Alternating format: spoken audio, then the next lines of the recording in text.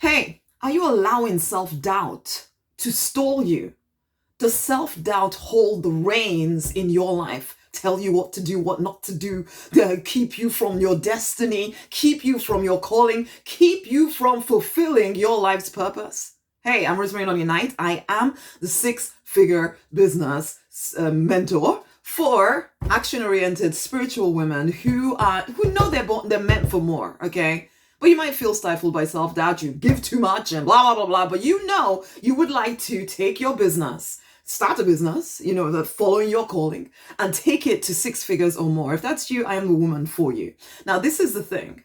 Are you allowing self-doubt to determine what you do or not do with your life? I remember I've always been somebody with big dreams. You are probably that same person too. You have big ideas, or at least you had them until, someone said you were too much, or someone told you that the things that you really want to do, you cannot do. That's definitely what happened to me. My parents, they meant well. Absolutely they did. But they said the things that I wanted to do, such as music and writing and, and teaching even, well, unless I wanted to be a teacher, which was not acceptable in my family, of course. So I'm sorry to all the teachers out there, but there was in my family, you had to become a doctor, you had to become a pharmacist, an accountant, or a lawyer, I think it was. My brother somehow became a computer guy, but I became a pharmacist because those were the choices available to me. At least that's the way it felt. Because to them, things that I was particularly interested in, the things that felt natural to me, like music and writing and creativity, that wasn't going to make me money, I was told. Okay? You can't have your head in the clouds, Rosemary. You have to be practical. You have to, what are you going to do to make some money? And I know they meant well, and pharmacy is it's a good job, just not for me.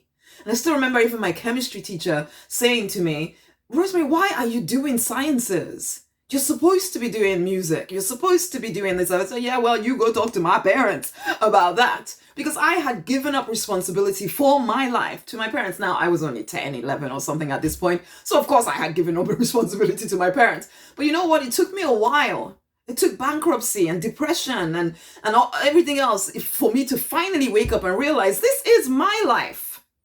This is my life. Am I going to live forever with this voice in the back of my head saying, you can't do that, Rosemary. That's not practical. That's not reasonable. And the crazy thing about doubt is that somehow it's even worse than fear because it comes to you logical. It comes logically to you.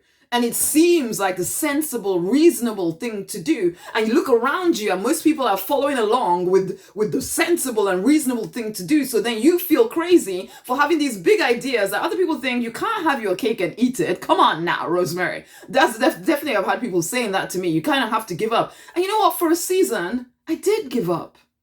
I did think to myself, it's just not practical, the thing that you want to do. Self-doubt almost won. Is it still winning in your life? Do you look at your life and wonder, where is that girl that used to believe in herself, that used to believe that anything was possible?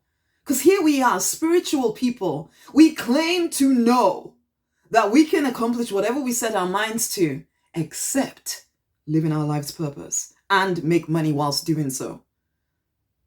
Wake up. Is self-doubt holding the reins in your life? Have you given it so much authority over you that you are ultimately being pulled around by the nose by doubt? It's time to regain your confidence. This is one of the 5 keys that you must regain. Confidence is one of those things. If you don't, I don't say wait for confidence. It's you have to act despite feeling doubt. You have to act. That's when confidence comes. But this is it. I invite you, because one of the reasons why doubt thrives in your life is because you're trying to do this stuff surrounded by people who keep telling you that you're too much and you need to give up those dreams. And well, they may not tell you that, but you try to mention these things and they think you're slightly loopy and you go along with it because ultimately doubt has taken over. Come into the Deliberate Millionaires Incubator. If you're truly committed to starting, growing your spiritual business to 6 figures or more, you need company. You need a company of people, of women like yourself who have determined to move forward. Come into the Deliberate Millionaires Incubator. Come and do life with me.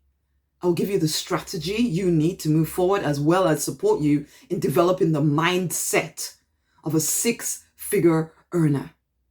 It's time. It's time. You cannot thrive. You cannot prosper in the wrong life for you. Stop allowing doubt to determine what you do next.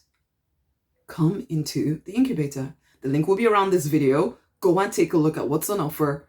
Take advantage. Come into the incubator. I'm looking forward to doing life with you.